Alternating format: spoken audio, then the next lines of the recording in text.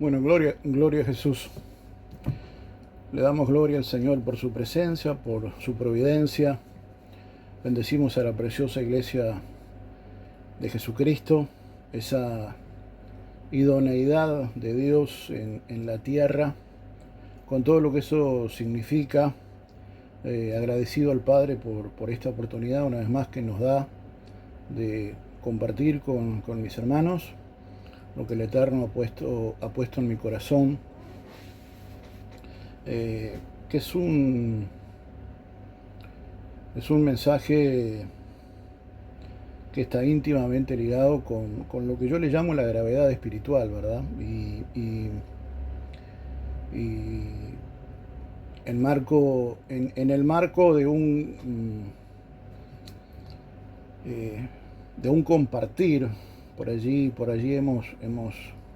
que son instancias sensiblemente mayores. Si yo lo cuantifico en términos de tiempo, son sensiblemente mayores a un espacio nuevo que estoy intentando incorporar para no generar tanta distancia en el tiempo entre un compartir y otro. Por así se nos ocurrió un espacio más, menos largo en términos de tiempo, y este compartir, desde ya adelanto que seguramente nos va a llevar más de una oportunidad, porque si bien parte de este espacio implica el poder tener un poco más de tiempo, bueno, la propia vida nos ha enseñado que aparentemente a la gente no le gustan las exposiciones largas. Bueno, debo decir que es algo que yo no comparto, pero también debo de aceptar que lo hace mucho más llevadero la capacidad del predicador de turno de hacerlo de tal manera, ¿no? Y me refiero a más llevadero. Así que bueno, tengo que aceptar las cosas como son, y le ruego a Dios que me dé la pericia para poder hacer, no digo la palabra de Dios atractiva, porque la palabra de Dios no tiene por qué ser atractiva, ni yo tengo que buscar la manera de hacerla atractiva. La palabra de Dios es la palabra de Dios, punto. Lo que sí voy a aceptar es que en esa suerte de homilética uno debe de estructurar de tal manera, y disculpen que use la palabra estructurar cuando se trata de la palabra del Eterno, pero yo creo que no está nada mal el entender de que aún todo tipo de exposiciones debe de ser conducida por un orden, y ese orden tiene que ser lo suficientemente bien estructurado como para generar, ¿verdad? Una cierta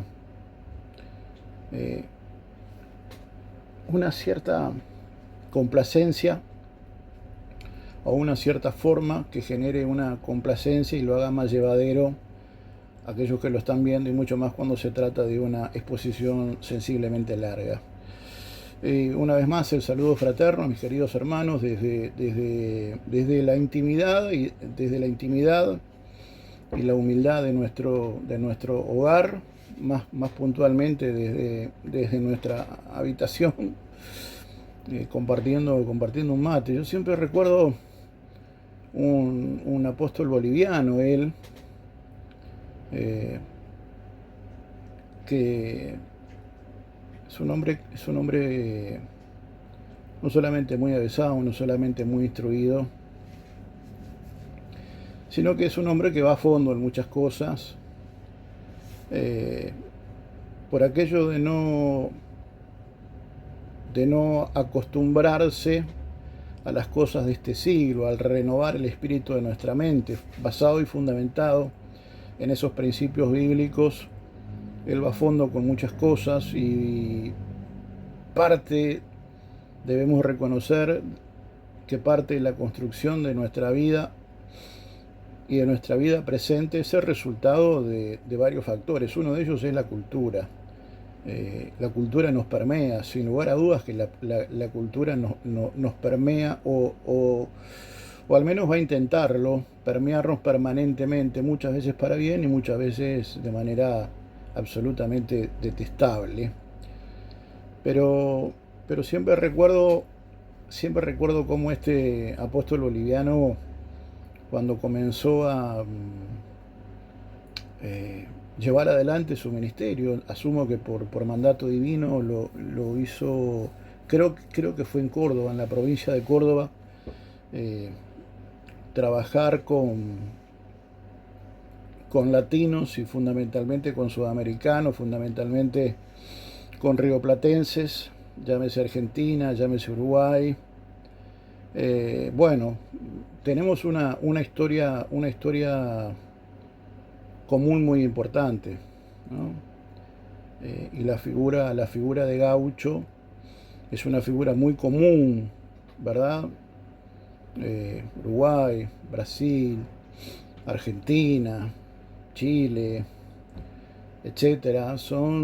La figura del gaucho es una figura muy sobresaliente desde bueno, los orígenes de nuestras naciones.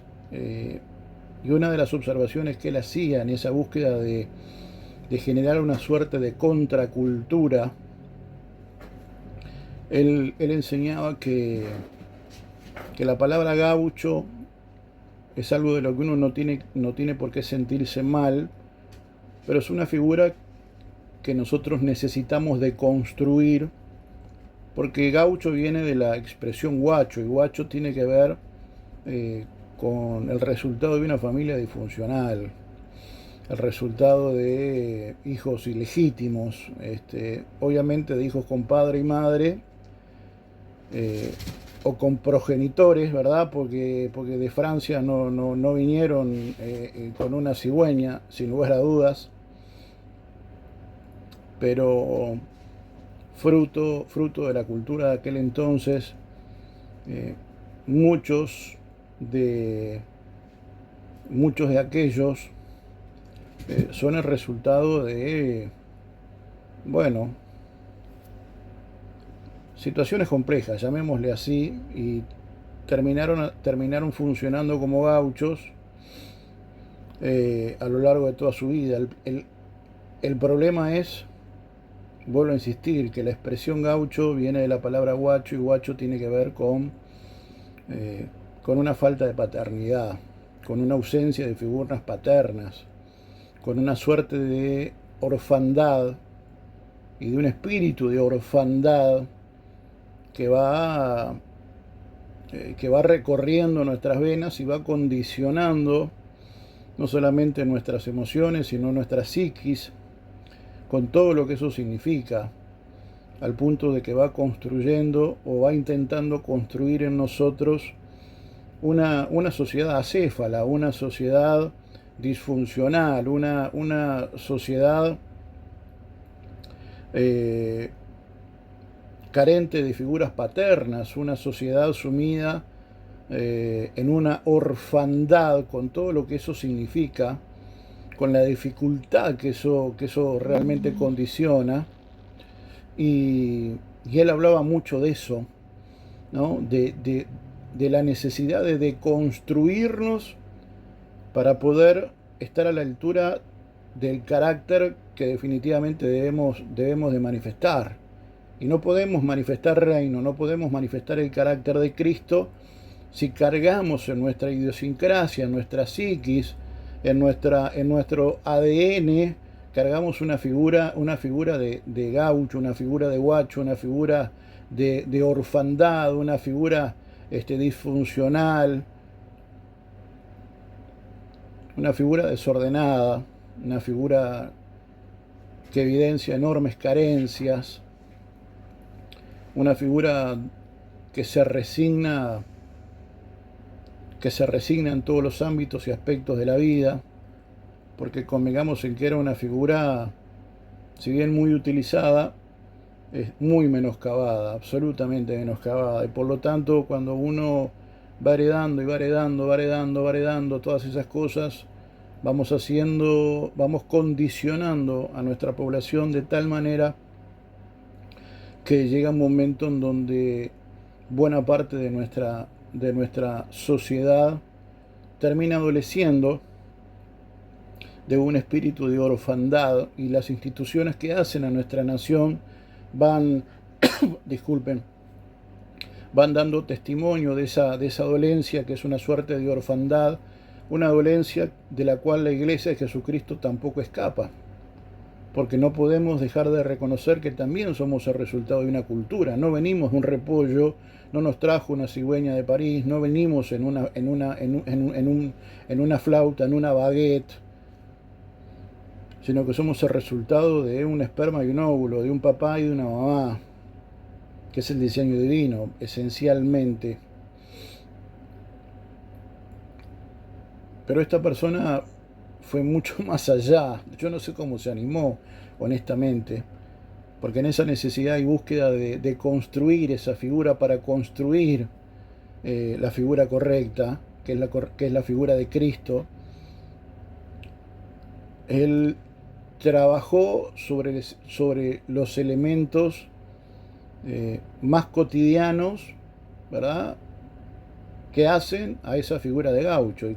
Que si uno dice gaucho, ¿verdad?, lo segundo que seguramente dice cuando uno hace una suerte de asociación libre, muy probablemente entre las 5 primeras cosas que a uno le venga a la cabeza, vuelvo a insistir, en una asociación libre, cuando le dicen gaucho, es muy probable que entre las 5 primeras asociaciones los implementos de el termo y el mate estén presentes. Porque son una figura muy emblemática y muy asociada con la figura de gaucho. El tema es que también esa figura de termo y mate, que están muy implícitas en la figura de gaucho y por tanto de guacho, eh, necesitan ser deconstruidas, porque por aquello de dime con quién andas y te diré quién eres, bueno, esta vez sería un dime con qué andas y te diré quién eres, ¿no? Y tampoco quiero yo generalizar, simplemente estoy recordando, yo creo que con bastante acierto, el trabajo que hizo este apóstol eh,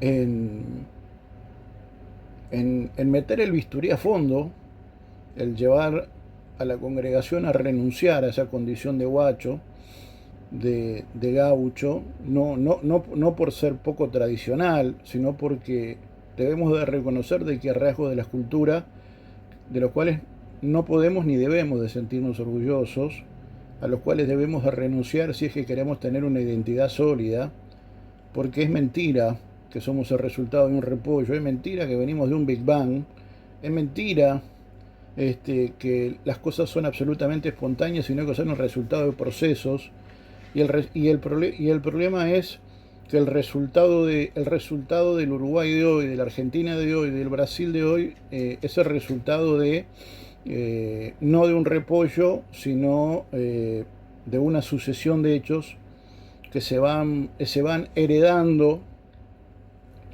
al punto de que por alguna razón o por alguna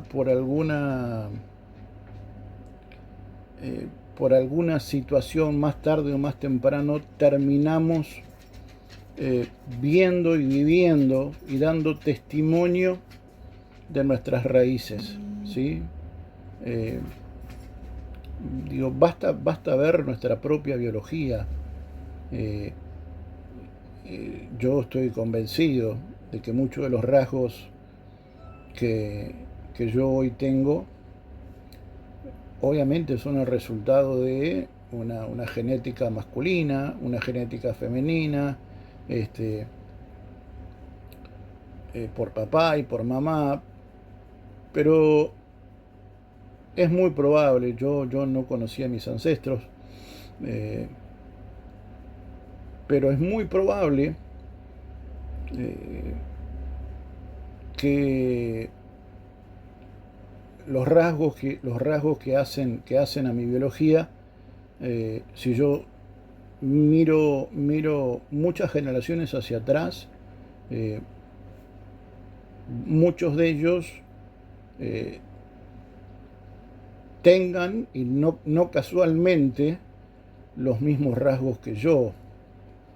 Porque, vuelvo a insistir, hay muchas cosas que nos gusten o no nos gusten, son heredadas, y si no hay alguien que se atreva a cambiar esa realidad, lo más probable es que los que vienen detrás de nosotros en algún momento, más tarde o más temprano, terminen evidenciando los rasgos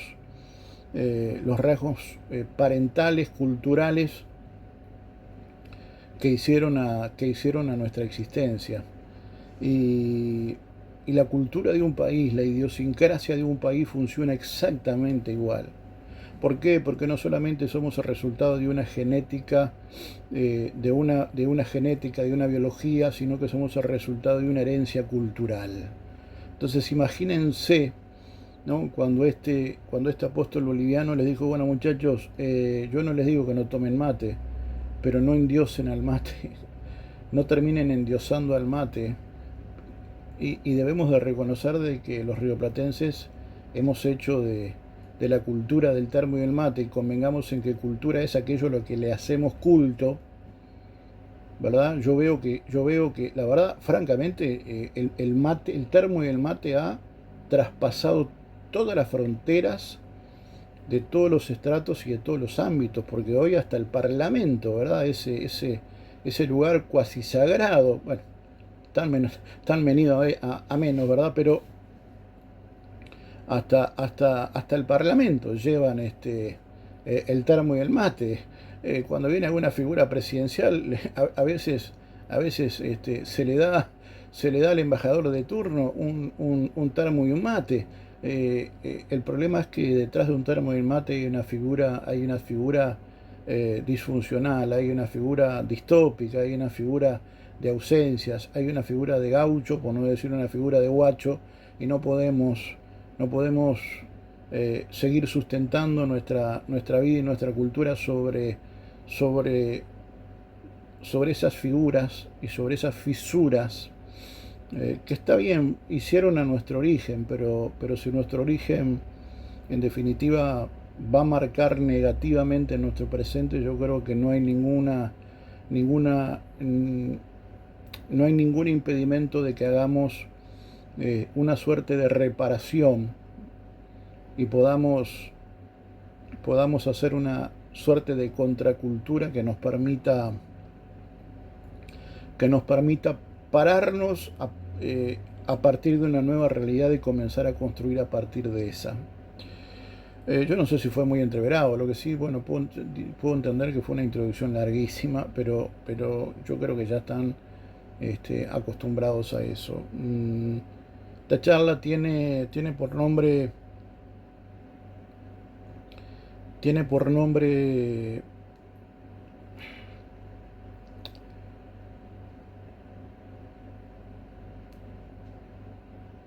la legalidad de la roca. Iremos viendo, perdonen el lapsus, eh, perdonen el lapsus, pero se me fue por un segundo el nombre de la charla e iremos viendo juntos por qué elegí ese nombre, la legalidad de la roca. Eh, pero quisiera comenzar, o mejor dicho, esta suerte de introducción no fue necesariamente una introducción al azar, sino la necesidad de poder explicar de que hay muchas cosas de las cuales seguramente nos hemos sentido orgullosos mucho tiempo, de las cuales no queremos ni nos atrevemos a renegar de ello, a renunciar a ello, porque hacen parte son arte y parte de nuestra idiosincrasia, de nuestra historia, de nuestros orígenes, pero sería bueno que no hagamos de rasgos culturales dioses, porque yo vuelvo a insistir en esa maravillosa definición de cultura, que es todo aquello a lo cual le hacemos culto. Es importante poder entender, sobre todo la Iglesia de Jesucristo, que hay cosas a las cuales nosotros, por más orgullosos que nos sintamos, no podemos hacerle culto. A lo único que le tenemos que hacer culto es a nuestro Rey, a nuestro Mesías, a nuestro Señor.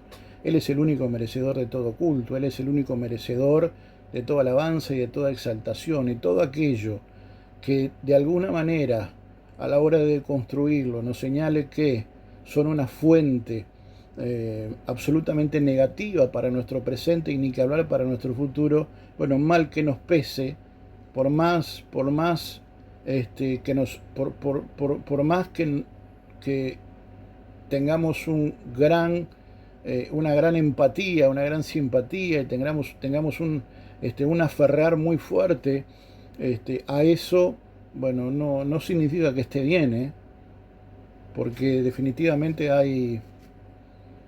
debe de haber muchísimas aristas de nuestra cultura de la cual necesitamos pedirle perdón a Dios si es que queremos tener una sociedad sana, si es que queremos vivir en un nivel de convivencia, vivir en una sociedad de convivencia tal de la cual podamos sentirnos no solamente orgullosos, sino que podamos estar conformes de que hemos construido una sociedad conforme al corazón de Dios. Definitivamente aquellos que son expositores, que son predicadores, más de una vez, por no decir cada vez que se enfrentan a una posibilidad como tal, ¿verdad? Como esta, por ejemplo, uno tiene que tomar constancia de que el mundo espiritual funciona y se rige por leyes espirituales. De hecho, nosotros creemos que lo visible y solo lo visible se rige por leyes. Y a veces creo que no tomamos real dimensión de que la existencia se rige por leyes, de que lo invisible también se rige por leyes, y por tanto lo espiritual o la espiritualidad o lo invisible, como vos quieras llamarle, también se rige por leyes, nos guste o no nos guste, ¿no? Porque yo debo de aceptar que así como en el plano natural hay leyes que probablemente uno no las comparta, por las razones que fuera, bueno, probablemente muchos no les guste, no les guste determinados niveles de legalidad a nivel espiritual, ¿no? Las leyes que sustentan este orden llamado cosmos, porque el universo ordenado se llama cosmos, ¿verdad? Todo lo que no es cosmos es caos, ¿no? Y nosotros estamos viviendo dentro de un cosmos que es un universo ordenado que se rige por leyes espirituales, leyes invisibles. Una de esas leyes invisibles es lo que a veces muy vulgarmente decimos que es la ley del boomerang, ¿no? O lo que yo llamo la ley de gravedad. La gravedad espiritual en este caso. ¿Y qué es lo que dice, qué es lo que versa, qué es lo que establece la ley espiritual? Bueno, que todo lo que sube baja, todo lo que hay fuera hay dentro, y todo lo que digo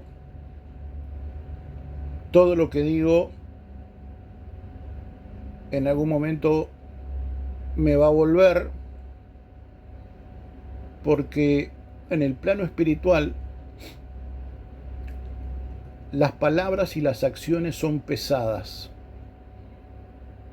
Es decir, aquello de lo que yo expongo, aquello de lo que yo hablo, por eso la necesidad de que la iglesia hable bien. Pero para poder hablar bien, primero necesita escuchar bien. Porque muchas de las cosas que nosotros hablamos primero entraron por el oído. Por eso esa necesidad absolutamente urgente, esa urgencia de que el Espíritu Santo eduque nuestro oído para poder escuchar lo que el cielo está diciendo, es absolutamente necesario para poder decir y decirlo de la manera correcta lo que el cielo quiere que digamos. Esa manera de pensar, que también es el resultado de una herencia cultural, también recibe muchas influencias, muchas palabras, y por lo tanto se va construyendo una psique, una psiquis, en función de las palabras que recibe, en función de los estímulos que recibe, y dependiendo de los estímulos que recibe, su nivel de comportamiento. Y de más está decir que lo que conduce nuestra vida es la cabeza. O sea, si la cabeza está bien, todo está bien. Si la cabeza está mal, bueno, tenemos un problema. Entonces, la necesidad de que Dios renueve el espíritu de nuestra mente. ¿Por qué dice el espíritu de nuestra mente? Porque nuestra mente no es simplemente el ejercicio de marcos de electricidad o marcos de electromagnetismo, ¿verdad? No es solamente una cuestión de sinapsis en donde nuestras neuronas van teniendo comunicación con otras y por allí, en medio de todo ese circuito electromagnético, vamos generando masa crítica, vamos generando pensamiento, sino que nuestra mente es el resultado o es permeado por un espíritu. ¿Qué espíritu? El espíritu de nuestra mente. Y ese espíritu, como todo espíritu, tiene la capacidad de influenciar y de ser influenciado. Por lo tanto, nuestra mente es influenciada por las palabras. ¿Sí? ¿Vamos bien? Nuestra mente es influenciada por la cultura y la cultura implica las palabras. Y yo no soy ningún científico, pero no se necesita ser Einstein, ¿verdad?, para poder entender que si a vos desde chico te dicen que sos un ignorante, que sos un inútil, que sos un vago, que no servís para nada, y vos todo el tiempo estás recibiendo, no solamente a nivel oído, sino a nivel mente, estás recibiendo toda esa información. Y bueno, lo más probable es que tristemente después cuando llegues a una edad adulta y te enfrentes a la vida, lo hagas con una enorme disfunción, con enorme dificultad, salvo que Dios te haya dotado de una enorme capacidad y de una enorme misericordia. Lo más probable es que vivamos bajo un condicional absolutamente importante y, y nos encontremos absolutamente limitados a la hora de poder obtener logros sustantivos. ¿Por qué? Porque hemos sido construidos bajo paradigmas equivocados, bajo estructuras absolutamente negativas, con mensajes de una frecuencia claramente muy negativas, muy bajas, y es muy difícil poder proyectarse a una condición posterior, mayor que la primera, bajo una frecuencia tan baja, tan mala. Por eso la Escritura nos alienta permanentemente a renovar el espíritu de nuestra mente, y eso lo hace el Ruaj de Dios. Pero no solamente lo hace el Ruaj de Dios, cada vez que nos conectamos con el Eterno, cada vez que nos sensibilizamos con el Señor, cada vez que tenemos la oportunidad y responsabilidad de poner nuestra mente en las manos de Dios para que sea Dios el que la limpie, para que sea Dios el que la permee y pueda establecer principios divinos, sino también a partir de nuestra necesidad y responsabilidad de nutrir nuestra mente de lo correcto. ¿Cómo nos instruimos a través de lo correcto? Bueno, viendo lo correcto, escuchando lo correcto, leyendo lo correcto. Por eso la necesidad de leer las Escrituras. Sí, pero yo no quiero leer las Escrituras religiosamente. Bueno, si no querés leer las Escrituras religiosamente, léelas de una manera disciplinada, ¿no? Disciplinate y lee la Biblia media hora por día. No sé, 10 minutos por día, 5 minutos por día. y de esa manera ir dejando e ir permitiendo que las escrituras vayan permeando nuestra vana manera de pensar e ir estableciendo en nuestra mente, ¿verdad?, un renovar a partir de las Sagradas Escrituras que claramente va a decantar en que la gloria postrera sea definitivamente mayor que la primera. Vuelvo sobre lo antes dicho, y es que por una cuestión de gravedad espiritual y de principios y de leyes espirituales, cada vez que nosotros nos exponemos a un compartir, suceden dos cosas. La primera de ellas es que somos pesados por la palabra o somos perseguidos por la palabra.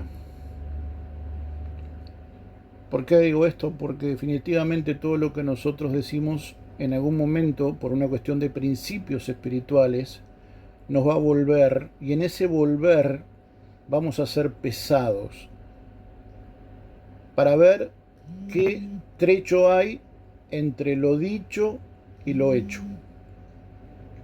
Usted dirá, ¿siempre pasa eso? Siempre pasa eso. Por eso la necesidad de no hablar mal, sino de hablar bien. Y bien no significa ser parte de la Real Academia Española, significa otra cosa. No significa ser un locutor de radio, significa hablar bien, hablar con decoro, tener un mínimo de educación, pero fundamentalmente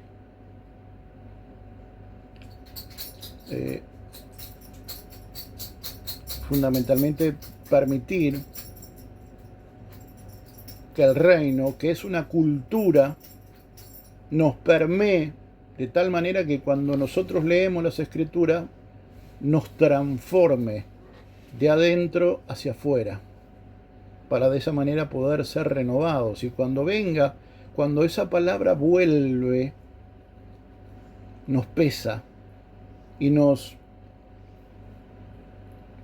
ayude a entender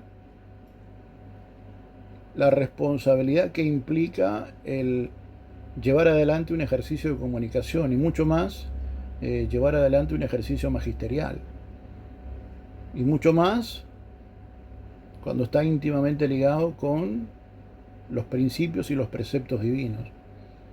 Siempre vamos a ser pesados por la palabra.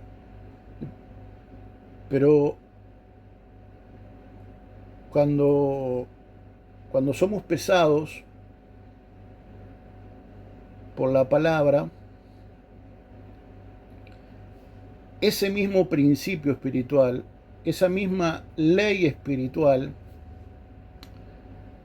hace que si nosotros no estamos bien parados, no estamos bien cimentados, no estamos parados sobre la roca, por eso vuelvo a insistir, este compartir se llama la legalidad de la roca.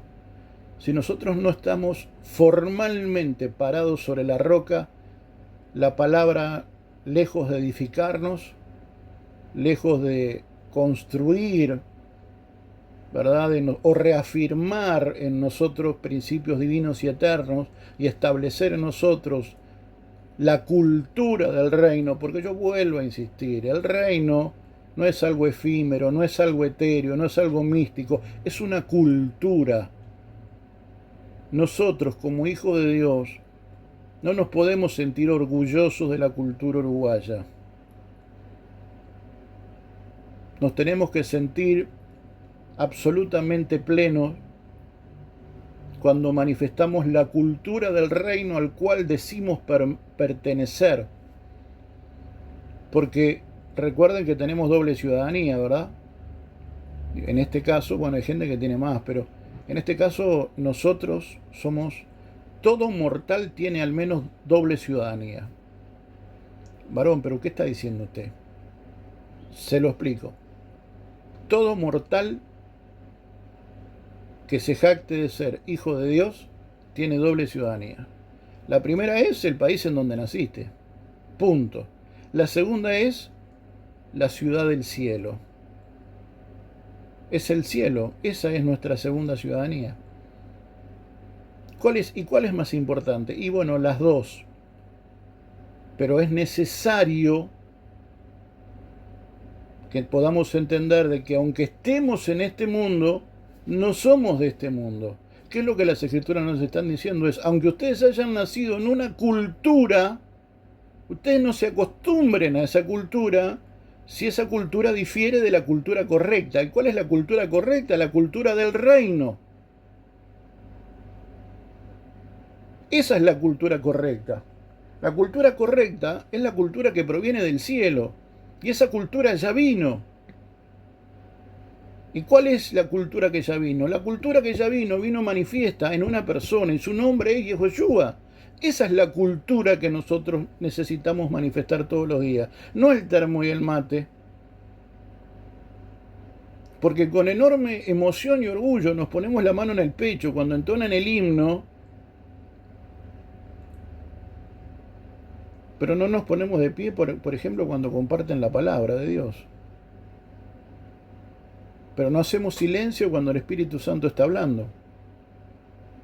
Eso sí, nos ponemos la mano en el pecho cuando cantan, cuando se entonan las estrofas del himno, el himno patrio.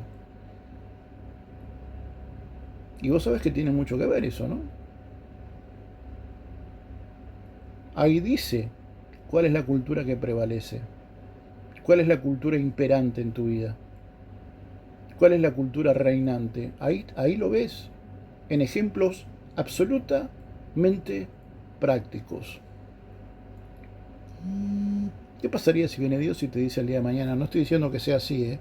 ¿Qué pasaría si viene Dios el día de mañana y a vos que sos matero a ultranza, dice, no más mate, no más termo? Porque no hace mi cultura. Es un ejemplo, ¿verdad? Tampoco lo tomemos tan a pecho, pero de hecho yo estoy tomando un mate ahora. Tampoco tomo mate todos los días, no soy mate dependiente. Ni nada que se le parezca. De hecho, les comparto, tomo más café que mate.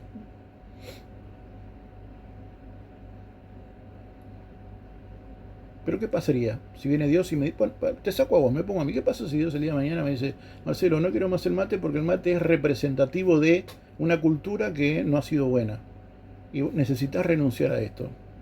¿Qué haces? Ah, pero yo ya llevo 50 años tomando mate. Bueno, 50 años tomando mate no porque tengo 50, pero no sé, ponele 30, 35. ¿Qué le vamos a argumentar a Dios? ¿Alguien le puede argumentar a Dios algo? Bueno, yo me parece una enorme osadía, ¿no? Por no decir falta de respeto. Pero ¿qué pasa si Dios te dice, mira, esto no va con mi cultura? Esto no va con el reino. Porque muchos dicen vivir en el reino, ser parte del reino, pero lo hacen viviendo bajo una cultura incorrecta. ¿Y qué hacemos ahí? ¿Qué hacemos ahí? Yo vuelvo a insistir. Nos ponemos mucho la mano en el pecho, ¿verdad? Cuando cantan el himno. Nos encanta ver Uruguay porque somos futboleros. Yo pregunto, ¿no? Cuando juega Uruguay y justo hay culto, ¿por qué elegís vos?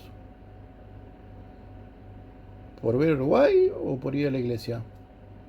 Está bien, y no vengamos con que la iglesia somos nosotros, está bien. A buen entendedor, pocas palabras. ¿Qué pasa si el Señor te dice, vas a tener que elegir, eh? Ah, pero juega a la celeste, pastor. Juega a la celeste, pastor. ¿A mí qué me importa? Te va a decir Dios.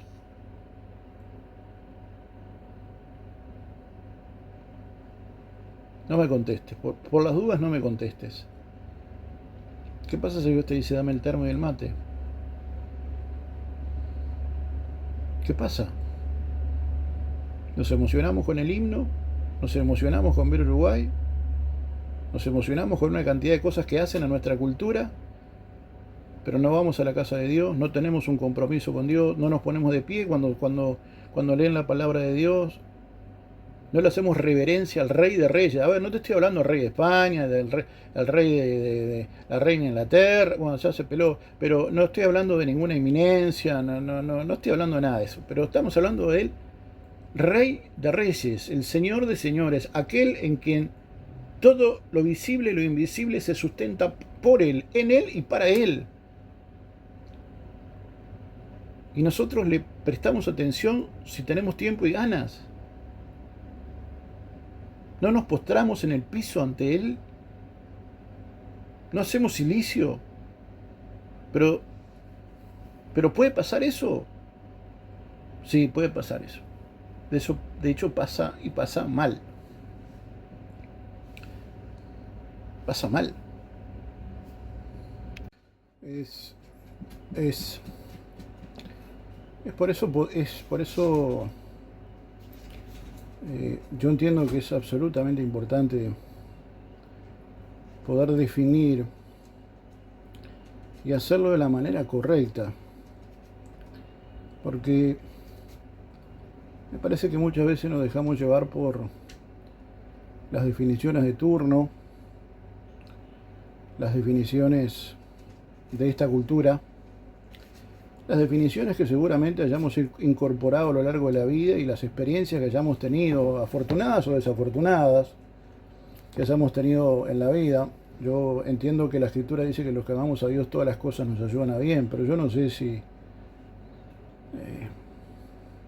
muchos de nosotros nos hayamos conducido absolutamente toda la vida amando a Dios, sino que probablemente muchos de nosotros, entre los que yo me incluyo, fuimos adoptados por Dios,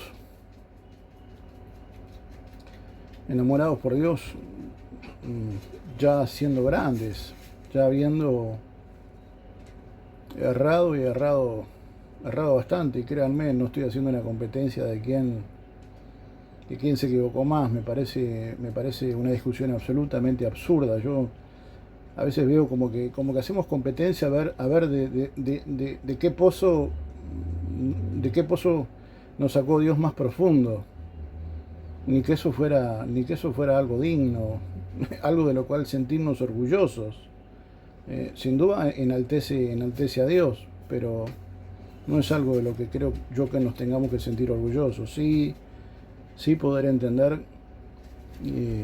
las definiciones correctas, porque vuelvo a insistir, cuando yo entiendo que el reino es una cultura, yo tengo que dejarme conducir por esa cultura y debo de tener lo suficientemente en alta esa cultura como para poder entender que es la única cultura imperante, y por lo tanto es a la única a la cual yo me debo de someter por sobre cualquier otra cultura. Porque aparte nunca falta alguno que piensa que una cultura es absolutamente disonante o contradictoria de la otra. Bueno, no necesariamente. No necesariamente, ¿verdad? Capaz que alguno con pensamiento fundamentalista piensa que la cultura del reino es una cultura que tienda al desorden, a la conducta indebida, inmoral, a no respetar las autoridades. Bueno, yo vuelvo a insistir, cuando uno lo pasa por el tamiz de las Escrituras y entiende que toda autoridad ha sido dada por Dios, delegada por Dios, de que uno debe respetar las autoridades, es más, que uno debe orar hasta por las autoridades. No dice que tienen que ser cristianas, dice que dice que tenemos que orar por las autoridades, punto. Entonces, no hay ninguna contradicción, no hay nada en las Escrituras que sea disonante de lo que debemos de hacer, y es de incorporar la cultura correcta. Así que mi primera gran definición, o la primera gran definición que entiendo que Dios ha puesto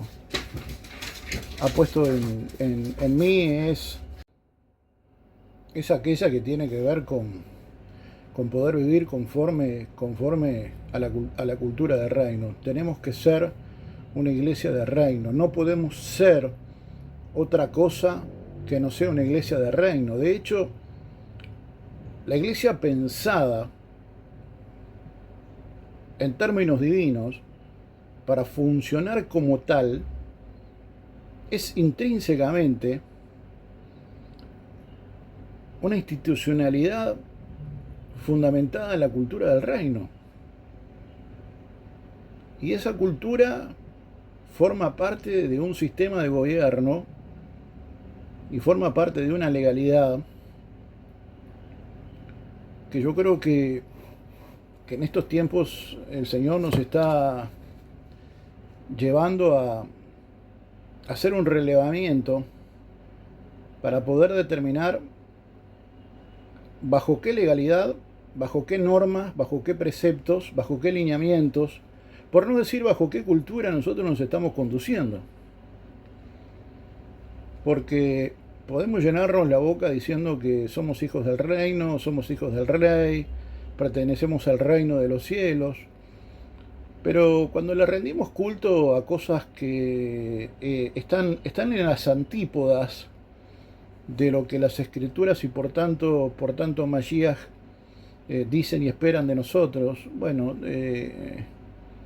a mí me quedan enormes dudas, o deberían de quedarnos enormes dudas, o aquellos que tenemos responsabilidad de conducción, o que tenemos cierto ánimo no jactancioso ni soberbio de afectar a los demás, sino que tenemos una concepción de cumplimiento del reino, aceptando quién uno es y cuál es la función que Dios le ha designado a uno. Y yo creo muy humildemente que Dios nos ha dado la función de afectar a los demás desde el lugar que nos compete. Bueno, y eso implica llevar a que el pueblo de Dios entienda todas estas cosas. Entienda todas estas cosas, porque si nosotros seguimos conduciéndonos en base a los cimientos intelectuales, a los cimientos espirituales, a los cimientos emocionales, sobre los cuales hemos construido, cimentado nuestra vida, bueno, yo creo que vamos a salir sin duda por el amor que el Padre nos tiene, pero estaríamos evitando tantos dolores de cabeza, porque parte de esa cultura justamente implica el hecho de aceptar que todo aquello que yo digo, mal que me pese, siempre va a ser pesado por una cuestión de gravedad espiritual, porque es como arrojar, cada vez que yo comparto algo, de hecho el fin de semana, bueno, no el fin de semana, de hecho la última predicación, el último compartir, esa efeméride, y esa primera efeméride que compartimos hace relativamente poco tiempo, nos generó, quizás para aquel que tuvo la paciencia de escucharnos, no le trascendió mucho, pero a mí me generó mucho dolor, porque el hablar del imperio de la muerte no es fácil, porque después el imperio de la muerte te va a venir y te va a pesar. Y bendito sea Dios que estamos cimentados sobre la roca. Pero nos movilizó, a título personal nos movilizó. La verdad que hubiera entendido pertinente pedir la oración y el respaldo de aquellos que nos quieren y que nos quieren bien. Los que no, bueno, les agradezco pila, pero déjenla por esa. Pero aquellos que nos quieren y nos quieren bien, cada vez que tengan oportunidad, nunca se olviden de un humilde servidor.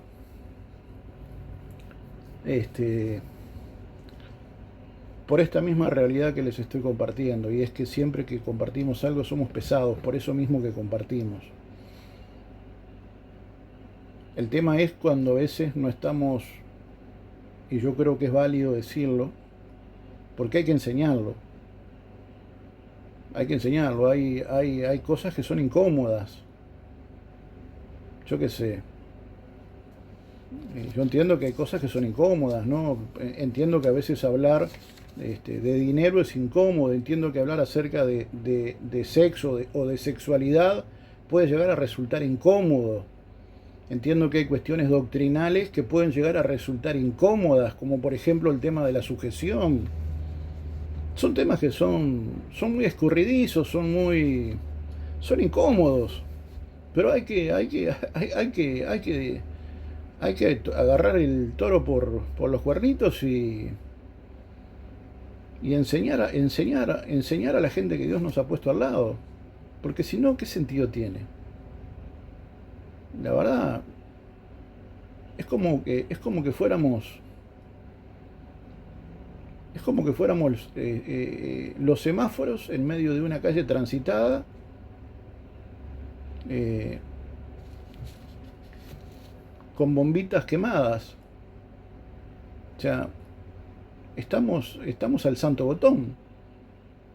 Es más, cuando un hijo de Dios está al santo botón, en realidad hace hasta mal. Porque todo aquel que no suma en las leyes espirituales termina restando.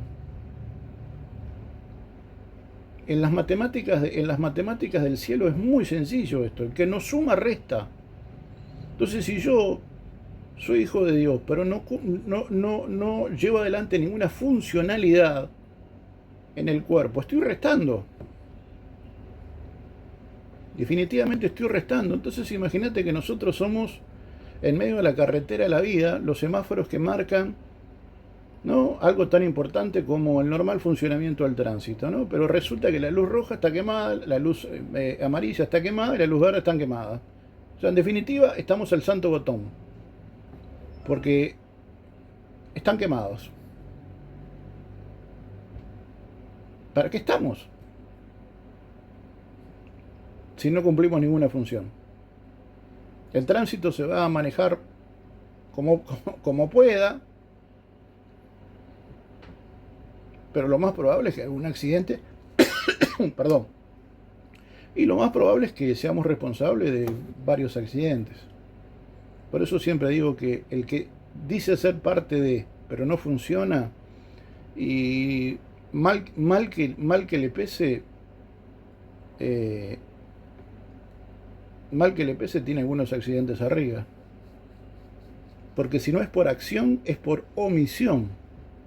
Y ese es el problema que a veces ellos quieren esconder y evitar. Ah, pero yo no hice nada. Bueno, ese justamente fue el problema. Ese fue el mal. Ese fue el error. Que no hiciste nada. ¿Por qué creen ustedes que nosotros a la hora de pedir perdón debemos pedir perdón por nuestros pecados de comisión? O sea, por aquellos errores que hemos cometido a conciencia, mal que nos pese, y por aquellos errores de omisión, muchas veces también tristemente a conciencia. Hay mucho trabajo por delante, mis amados, hay mucho trabajo por delante.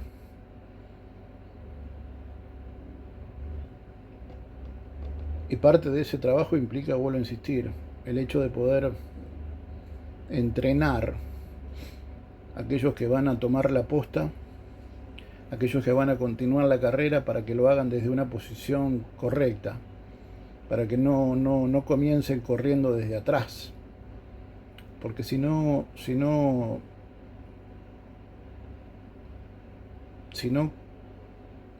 ¿qué rol cumplimos nosotros? Somos como esas luces que estuvimos en la carretera, pero quemados. O sea, no cumplimos ninguna función. Estuvimos, pero digo, somos un elemento decorativo, pero no cumplimos ninguna función. Y cuando una iglesia no cumple la función, ¿no?, es como cuando la Escritura dice, ¿no?, que si Dios no está presente, en vano cuida la guardia, ¿no? En vano el guardia cuida, no no tenemos ningún protagonismo, no tenemos ninguna capacidad de afectar, de enseñar, de educar. La verdad que como padres estamos siendo parte de una familia disfuncional y no nos damos cuenta. Por eso yo quiero hacer un llamado a aquellos que, que les gusta ir a la iglesia. Yo les animo a abogar un poco, les animo a abogar mar adentro. Y quiero decirles algo con muchísimo respeto, no alcanza. No, pero yo voy a la iglesia, varón. No alcanza. No es suficiente. No hay una conversión plena.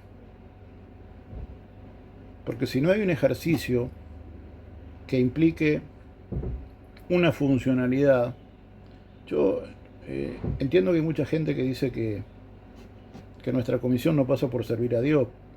Dios no necesita a nadie que les sirva. Bueno, yo tengo en mi fuero más íntimo la definición de que yo a Dios no puedo servirle, porque si no estaría diciendo que Dios necesita algo, y Dios no necesita nada. No hay nada en mí que pueda aportarle algo a Dios, porque Él lo llena todo en todo. Él es inconmensurable. Pero sí hay algo que yo puedo hacer y que debo de hacer, que es ser funcional en el cuerpo de Jesucristo. Es entender que si Dios me ha dado alguna capacidad, bueno, tiene que ser funcional al cuerpo de Jesucristo. Cuando no, al mortal que Dios me ponga al lado, ¿no? Porque de repente Dios te dio, y es simplemente un ejemplo vano, pero ejemplo al fin. Es como que Dios haya puesto en vos una capacidad de ser electricista, y oh casualidad, hay hermanos que están teniendo problemas de electricidad, y de repente vos, sí, bueno, yo voy a la iglesia, pero nunca levantaste la mano y dijiste que sos electricista. ¿Qué le estás aportando al cuerpo? ¿En qué estás nutriendo a la iglesia? ¿En asistir? Bueno, no alcanza. No es suficiente. Yo creo que no es suficiente. Pero decía que también podemos llegar a ser perseguidos, y eso tiene mucho que ver cuando uno, justamente por esa cuestión de gravedad espiritual y de leyes espirituales, cuando yo no estoy bien cimentado, es la misma palabra la que me persigue, la que me juzga. Es como cuando es maravilloso el Espíritu de Dios, ¿no? Porque nos lleva a hacer asociaciones que no estaban pensadas ni remotamente. Pero cuando David planea, maquina todo lo de Betsabé, cuando el corazón de David maquina todo lo que maquina, hasta que aparece el profeta y le pone un ejemplo cualquiera, que tiene por raíz el mismo conflicto en el que había incurrido David sin que David se diera cuenta. O sea, le habló exactamente de lo mismo, lo único que hizo fue decirlo de otra manera.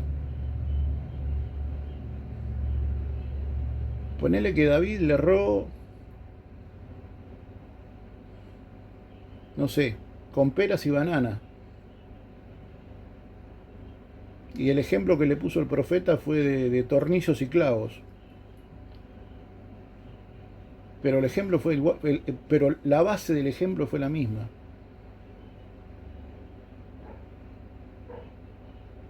Y cuando David es invitado a contestar él mismo se termina enjuiciando.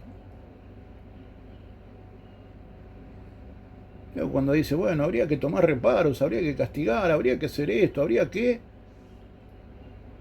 Y el profeta le dice, bueno, el problema, el problema, David, es que ese sos vos. Ese sos vos. ¿Y cuántas veces nos habrá pasado eso, no? Entonces y la palabra no se restringe simplemente a lo verborrágico, a lo oral, a lo expresivo oralmente, sino que habla acerca de cualquier expresión de la vida. ¿Te pesa o te persigue? Y estaba leyendo las escrituras y me encontré con una expresión que me rebanó la cabeza. Porque son cosas que uno ya las leyó, pero yo no sé si será que uno no le asignó el valor debido, o era necesario que pasaran determinadas cosas para que uno pudiera, a partir de una autoridad delegada, de una nueva capacidad, de nuevos instrumentos, de nuevos recursos, de mayor madurez o de lo que fuera, poder ver y descubrir cosas que de otra manera hubiera sido difícil poder descubrir, o de asignarle el valor que definitivamente tienen. Me puse a leer justamente la base sobre la cual sustenté la mitad del nombre que le puse a este compartir, que se llama La legalidad de la roca. Y está claro quién es la roca, ¿no? Pero quiero compartir con ustedes las escrituras en un texto hiper conocido, en el libro de Mateo, Mateo capítulo 7, versículo 24 al 29, 24 para darle un poco de contexto, ¿no? Dice Mashiach, dice Yehoshua Jesucristo: por tanto, todo el que escuche estas mis palabras y las ponga por obra, hay una relación entre las palabras y las obras, ¿verdad? Bueno, si me voy a detener en cada cosa, yo podría hacerlo y sería para mí un deleite. Debo de ser franco, sería para mí un deleite, pero para ustedes sería interminable. Y debo reconocer, para mí sería extenuante también, pero sería un deleite hacerlo. Todo el que escuche estas palabras, estas mis palabras, y las ponga por obra, será semejante a un hombre prudente que construyó su casa sobre la roca. Y cayó la lluvia, vinieron los torrentes, soplaron los vientos y azotaron aquella casa, pero no se derrumbó. Ah, sí que la vida tiene tormentas. Ah, sí que se puede ser cristiano y tener una vida a veces, o tener mojones en la vida tormentosas, y no por eso, y no por eso estás endemoniado. Sí, se puede. Se puede. De hecho, hace a la vida. De eso se hace la vida. Y Dios lo utiliza como una vara de medir. Y no por eso estás endemoniado o estoy endemoniado. Claro, cuando algo se sostiene mucho en el tiempo, uno de dos: o es voluntad definitivamente de Dios, o claramente estamos incurriendo en una ilegalidad que permite este tipo de padecimientos o de situaciones.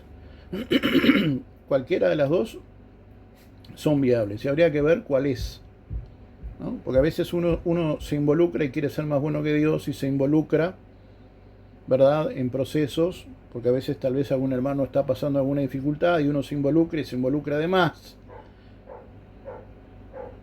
¿Y a qué me refiero con la expresión se involucra de más? Y bueno, a veces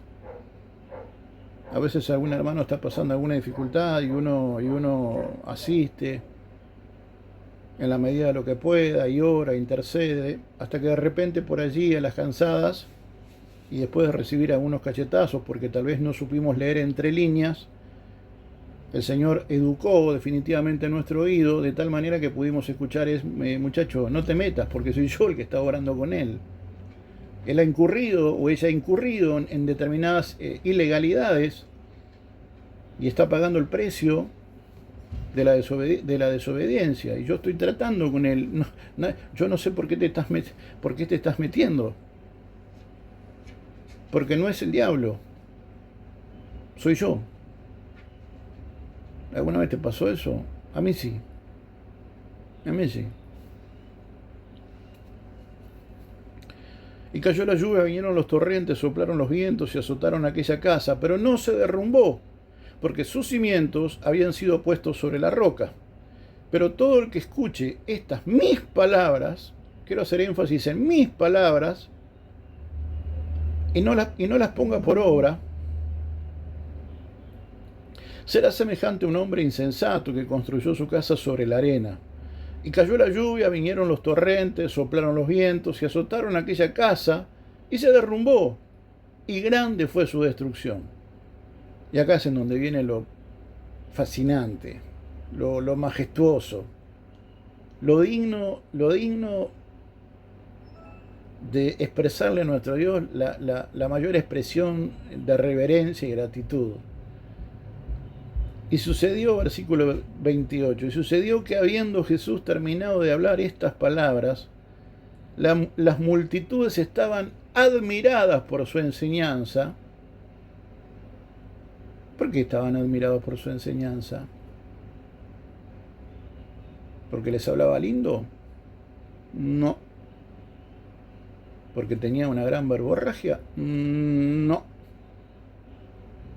¿Porque hablaba 5 lenguas? No necesariamente. 29.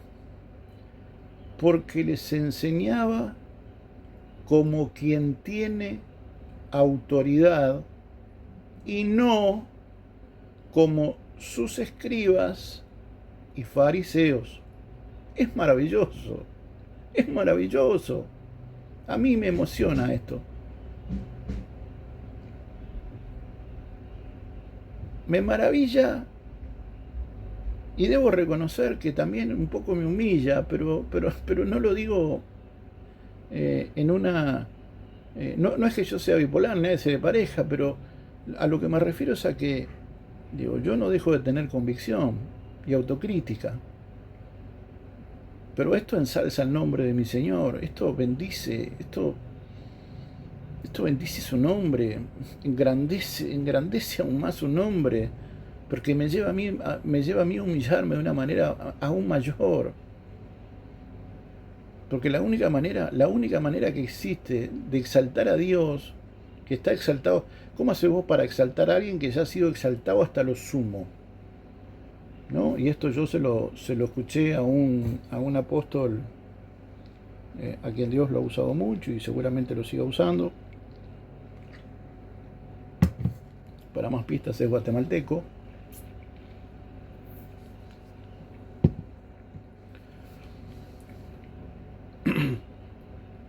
Y él decía y enseñaba que la única manera de exaltar a alguien que ha sido exaltado hasta lo sumo es humillándose aún más. Y no me refiero a Dios, me refiero a uno. Es poniéndote vos más bajo, es menguando más vos, es haciéndote cada vez más chiquito para que Él se vaya haciendo más grande. Es dándole a Él cada vez más espacio en tu vida para que su protagonismo sea aún mayor. Es la única manera de exaltar a alguien de una manera mayor cuando Él ya ha sido exaltado hasta lo sumo. Porque le enseñaba como quien tiene autoridad. ¿Cuántos maestros habrán tenido? ¿Cuántos maestros habrán escuchado estos hombres a lo largo de su vida?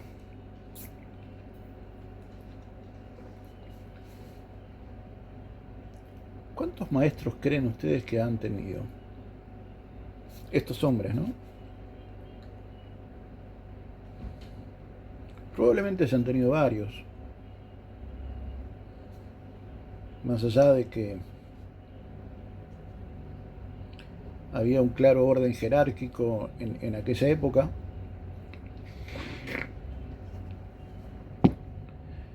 y que no había, digamos, tantas opciones como hay ahora, ¿verdad? Porque hoy no te gusta una, te podés ir a no te gusta una congregación o un predicador, te podés ir a otra, te podés ir a otra. Digo, no había tanta oportunidad en aquel entonces, pero seguramente creo que maestros nunca faltan. Eh, mm, claro, no sé si de verdad, ¿no? Maestro de verdad, pero bueno, nunca falta alguien este, que se ponga el mote de. Eh, y no deja de generarme una cuota importante de convicción. Porque me pregunto muy humildemente y muy francamente, ¿cuántos habrán en todas las exposiciones que yo he hecho a lo largo de mi vida, que tampoco han sido millones ni nada que se le parezca, pero cuántos de aquellos que han participado y han escuchado nuestras exposiciones se habrán sentido cautivados no por mi hablar, sino porque definitivamente pudieron percibir en su espíritu que lo que se estaba aportando, lo que se estaba diciendo, lo que se estaba manifestando era el reino a partir de una exposición de un humilde servidor. De que ellos no estaban escuchando a un humilde mortal, sino que estaban percibiendo el peso propio de la gloria que se manifiesta cuando la palabra de Dios es rema. ¿Cuántos francamente podrán decir y podrán hacer ese ejercicio mental de poder escudriñar en la memoria y recordar cuántas veces no pudiste seguir predicando porque fue tan grande la gloria de Dios en ese lugar y en ese momento que no podías continuar? ¿Cuántas veces te vistes interrumpido porque el gozo del Señor irrumpió como en aquel día, en el día de Pentecostés? El Espíritu descendió repartido como con lenguas de fuego. ¿Cuántas veces te habrá pasado que mientras vos predicabas venía gente y se tiraba y se postraba al piso y se arrodillaba y lloraba? Y no era uno, no eran dos, sino que fue toda la congregación. ¿Cuántas veces te vistes interrumpido? Bendito sea Dios por su Santo Espíritu. Porque definitivamente no eras vos, no era yo, sino que era Él hablando a través de un humilde servidor, de un burro. ¿Cómo puedo llegar a hacerlo yo perfectamente? ¿Cuántas veces la gente podrá haber percibido que no éramos nosotros, sino que era la autoridad de la palabra la que le estaba gestando convicción? Y a mí eso me despierta una segunda enorme reflexión, y es cuántas veces la gente se habrá ido con dolor en el pecho, pero no porque estaba haciendo un infarto, sino porque la propia palabra le estaba generando una convicción de pecado, porque es el Espíritu el único que gesta convicción de pecado. Es el Espíritu Santo el que genera convicción de juicio. Es el Espíritu de Dios, es el que gesta a partir de la palabra convicción de juicio. Y hoy nosotros, y me pongo muy humildemente, y para que nadie piense que yo soy la panacea, ni nada ni ninguna estupidez de esa naturaleza, nos esforzamos por dar una prédica linda, agradable, en donde la gente diga, pastor, yo me voy pletórico, me voy gozoso. Pero varón, ¿que está mal eso? No, está bárbaro. Siempre que sea genuino y no sea inducido por una manipulación. Pero el pastorado puede manipular. Bueno, no quiero entrar en eso. No me tienten, porque para eso está el diablo.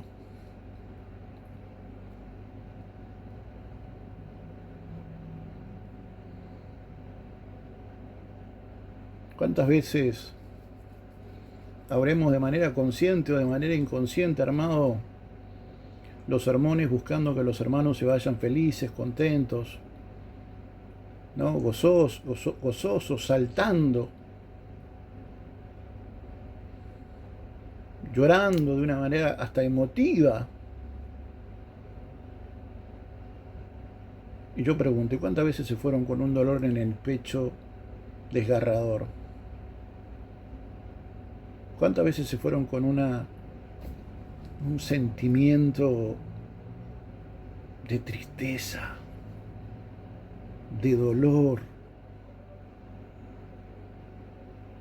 Pero no porque Dios sea malo o porque yo sea malo, sino porque la propia palabra y el Espíritu de Dios permearon nuestras concupiscencias, permearon las estructuras, nuestras durezas, nuestro corazón de piedra, lo permearon, descubrieron la iniquidad, descubrieron el pecado, descubrieron el error y le dijeron, ahí estás, pica, ahí estás pecado, ahí estás error, ahí estás concupiscencia. Esa voz al cual estamos echando de la habitación de esta vida, esa voz al que le estoy hablando y le estoy ordenando que salga de esta vida. Y claro, cuando esas cosas se dan, esa sensación comienza a retorcerse dentro de uno y uno se siente indigno, se siente impuro, sabe que está mal, sabe que se equivocó, sabe que le erró, sabe que le dio la espalda al Espíritu de Dios. Lo sabe, porque el Espíritu se lo está haciendo saber.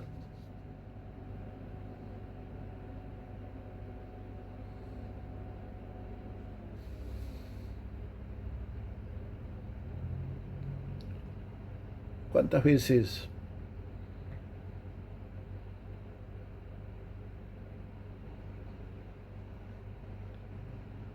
veces habrá sucedido eso?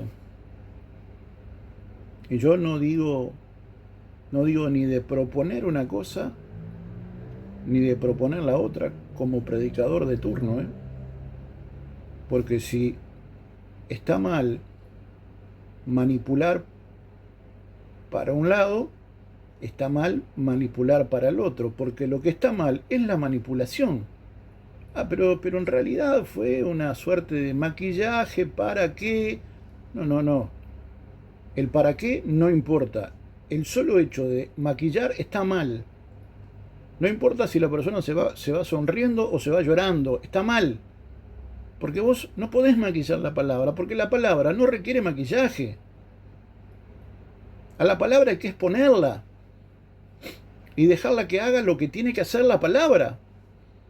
Pero para eso tenés que decir lo que el cielo quiere que digas en el momento que quiere que lo digas y de la manera que quiere que lo digas. Pero parece que está prohibido decirle cosas a la gente que, bueno, le puede llegar a ofender, a molestar. Entonces la gente, claro, cuando vos decís estas cosas, bueno, de manera silenciosa empieza a levantarse, empiezan a retirarse, pasan de la segunda fila a la cuarta, de la cuarta a la sexta, de la sexta a la décima, y de la décima se van por la misma puerta por la que entraron. ¿Por qué? Bueno, porque no quisieron escuchar, porque no quieren ser cambiados, no quieren ser permeados por la cultura del reino. Pero eso a nosotros no nos tiene que importar. Y me refiero que no nos tiene que importar en el sentido de que yo no puedo, para que esa gente no se vaya o no se sienta ofendida, maquillar el mensaje para que esa persona permanezca. Si permanece, permanece. Si no permanece, bueno, ¿qué te pasó? ¿Te pasó algo? No, nada, listo. Bueno, bárbaro. ¿Querés cambiar o no querés cambiar? No, en el fondo me parece que no. Bueno, listo, dale, vamos arriba. Y seguir con lo que quieren. Varón, qué duro que es usted, qué malo que es. No, ni duro ni malo. Digo, es la característica que Dios me dio. Es la característica que Dios me dio. No me creo ni mejor ni peor, simplemente yo quiero estar a la altura de lo que mi padre espera de mí y lo demás me importa tres rábanos, francamente.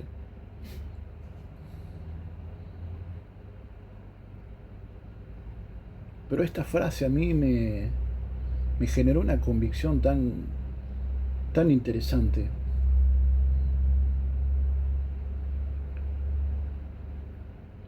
Porque ellos, vuelvo a insistir, no estaban admirados. Bueno, tampoco dice que lo hubiera, ¿no? Pero no estaban admirados de...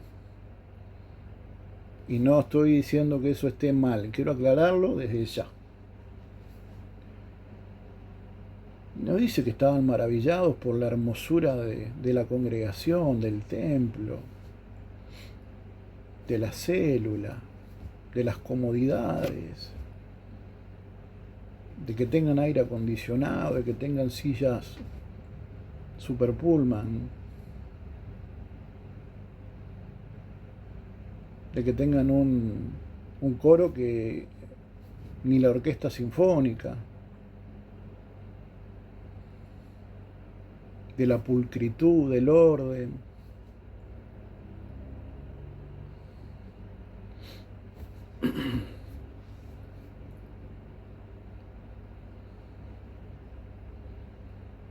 De que quien cantaba era la primera voz en el sodre.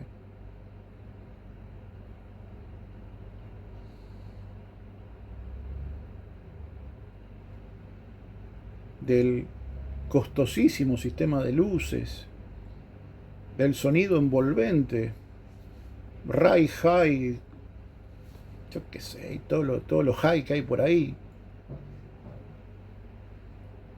su render y todas estas cosas, ¿viste? Porque para Dios lo mejor.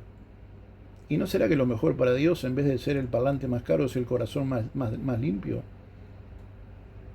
¿No será que para Dios, en vez de tener el púlpito más grande y la plataforma más alta, no será mejor tener la mente más pura? No sé, digo, son pensamientos así que me vienen.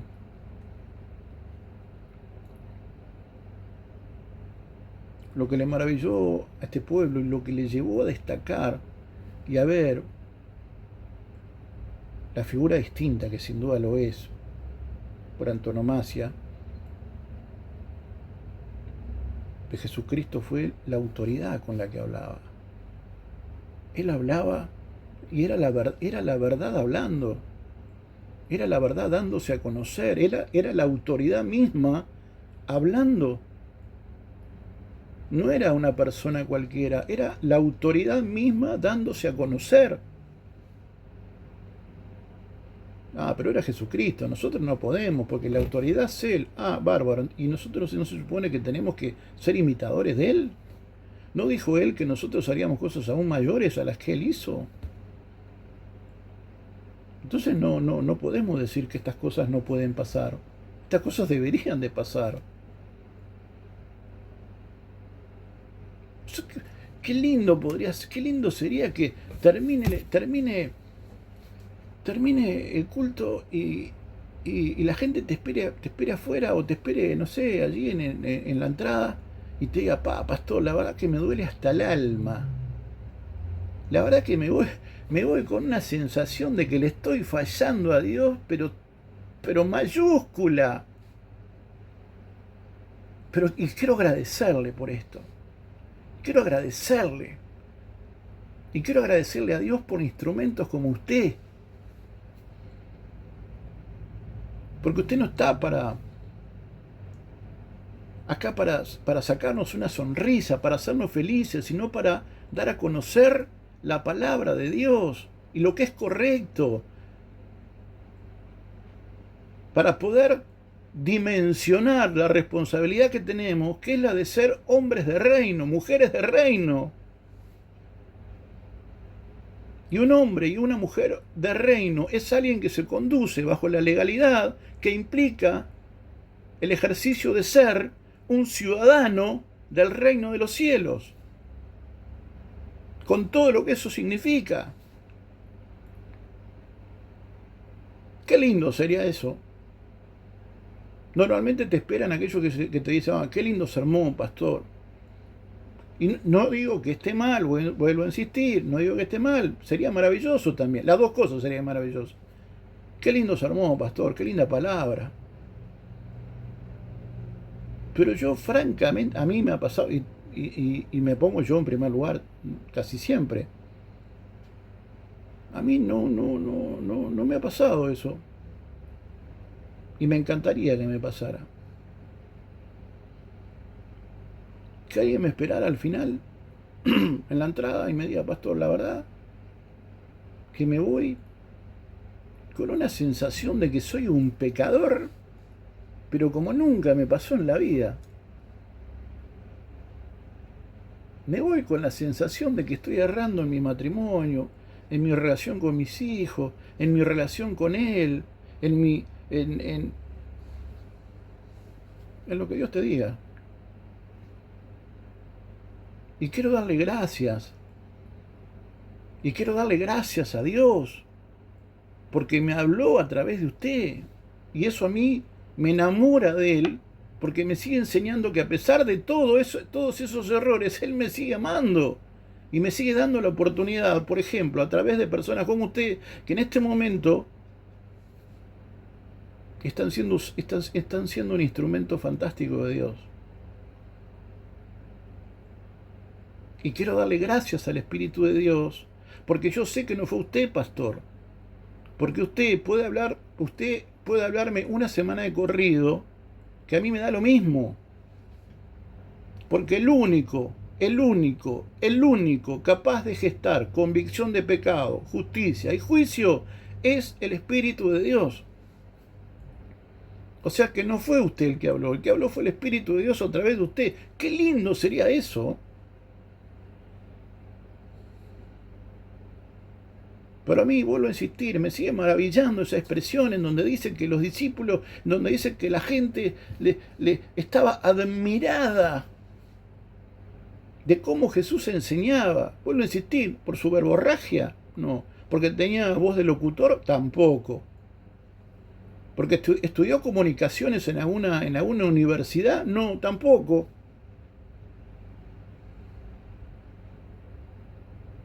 Porque era amigo de todo de toda el cónclave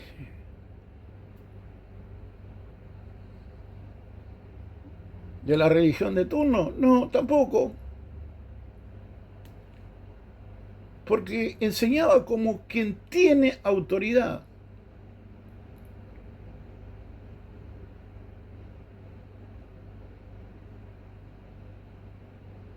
Y esto a mí me da pie para de alguna manera, bueno, ponerle un punto y coma a esto, ¿verdad? Porque vuelvo a insistir, tampoco quiero hacer esto de carácter eterno, pero definitivamente, como les decía al principio, esto nos va a suponer varias charlas que las iremos recorriendo y las iremos dando en el correr de la semana. Para la semana que viene poder compartir algo nuevo, distinto. Será lo que Dios quiera, yo qué sé. Pero esto me da pie para una suerte de enseñanza y reflexión final. El hecho de que la gente estuviera admirada de cómo Jesús enseñaba, y esa admiración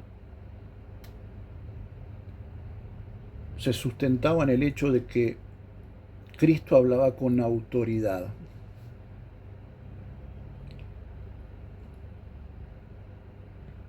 Y la autoridad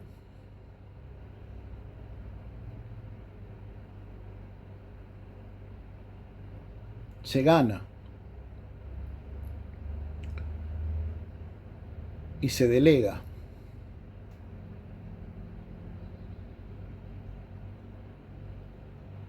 La autoridad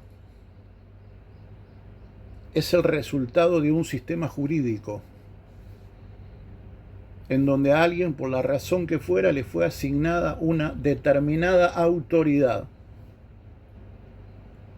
Pero no puede haber autoridad, no existe la autoridad, si no hay un marco jurídico que formalice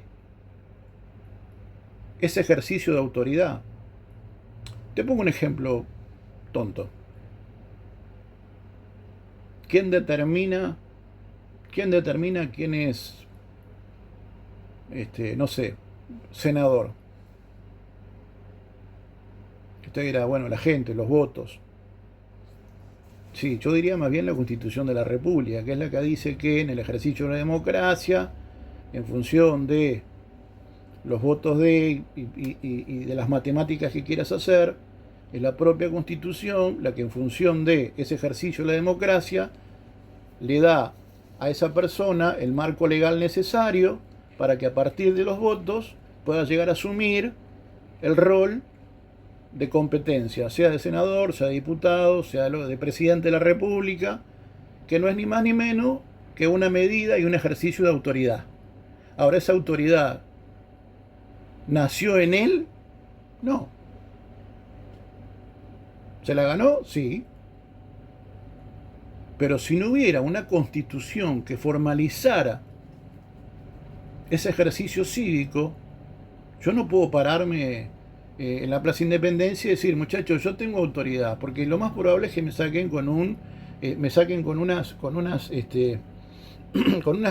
cosas metálicas, ¿vieron? En las muñecas, que le llaman esposas. No sé por qué le llamarán esposas, ¿no? Pero bueno, dejémonos de suspicacias. Le llaman esposas, y me lleven a la comisaría más cerca. Porque bajo qué fundamento yo puedo creerme que tengo la autoridad de pararme en la Plaza Independencia e impedir que la gente pase. ¿Quién soy yo? ¿Quién me dio esa autoridad? ¿Qué me da esa autoridad? Nadie.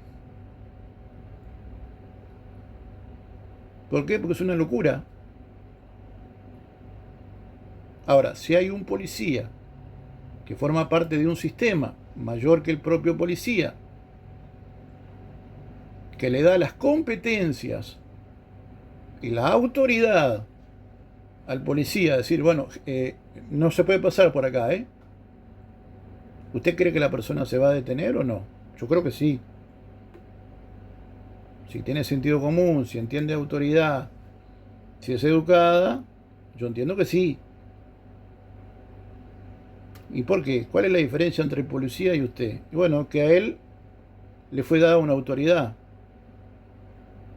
por un marco jurídico que le habilita a que ese policía, por el propio marco jurídico y por su formación, tenga la autoridad de policía.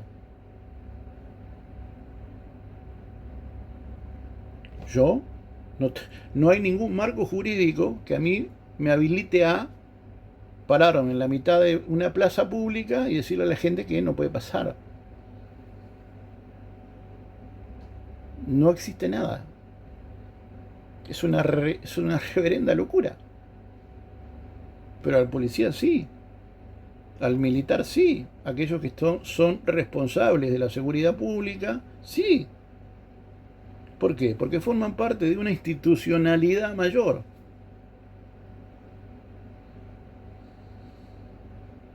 Entonces, con esto redondeo. ¿Por qué me genera admiración esto que Mashiach manifestó en este contexto? Bueno, en todo contexto, ¿verdad? Pero ¿por qué me genera una enorme admiración, devoción y sumisión? Porque el Mesías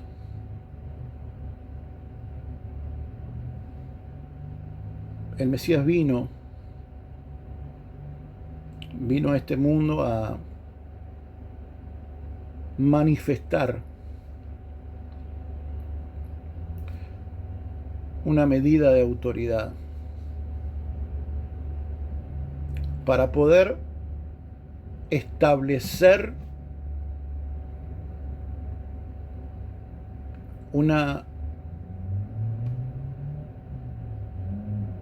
plena legalidad. Mashiach vino a este plano, entre otras tantas razones, para poder darnos entendimiento de que a la hora de poder accesar a los niveles a los cuales tenemos que accesar, solamente sí y solo sí podemos accesar a partir de una autoridad que no deja de ser responsabilidad propia, pero siempre está sujeta al marco legal, al marco jurídico, a la constitución divina establecida por el Padre. El Padre estableció un marco legal y envió al unigénito de Dios, al Verbo, a poder cumplir toda justicia para que nosotros, por medio de Él, por sus méritos, podamos conducirnos bajo ese nivel de autoridad, porque no es en mi autoridad. Yo no tengo autoridad, yo en todo caso tengo capacidad, y que también hay mérito personal, pero también proviene de Él. Pero la autoridad solo me la da Él. Por eso siempre es en su nombre, por sus méritos. Entonces, lo que en definitiva a mí me genera una enorme, gran reflexión y conclusión es en que nosotros debemos de conducirnos, aún a la hora de la predicación, debemos de someternos a las leyes del cielo, a las ordenanzas del cielo. Y eso implica el decir lo que Dios quiere que yo diga, como Dios quiere que lo diga, cuando Dios quiere que lo diga. Porque esa es la única manera de que lo que vos digas sea dicho con verdadera autoridad, con autoridad delegada, bajo la jurisprudencia del cielo. Es la única manera. Y bendito sea Dios por eso. Por eso le damos gracias al Padre, gracias al gran yo soy, gracias al Verbo y gracias al Ruach, gracias al Espíritu Santo. Sea bendito el nombre de Jesús, y en su nombre y por sus méritos seas vos bendito, seas vos bendecida. Te saludo en el amor de Yehoshua, en el amor de Jesucristo. Y nos seguimos reencontrando para compartir en esta oportunidad esta enseñanza que hemos denominado la legalidad de la roca. Dios te guarde. Shalom.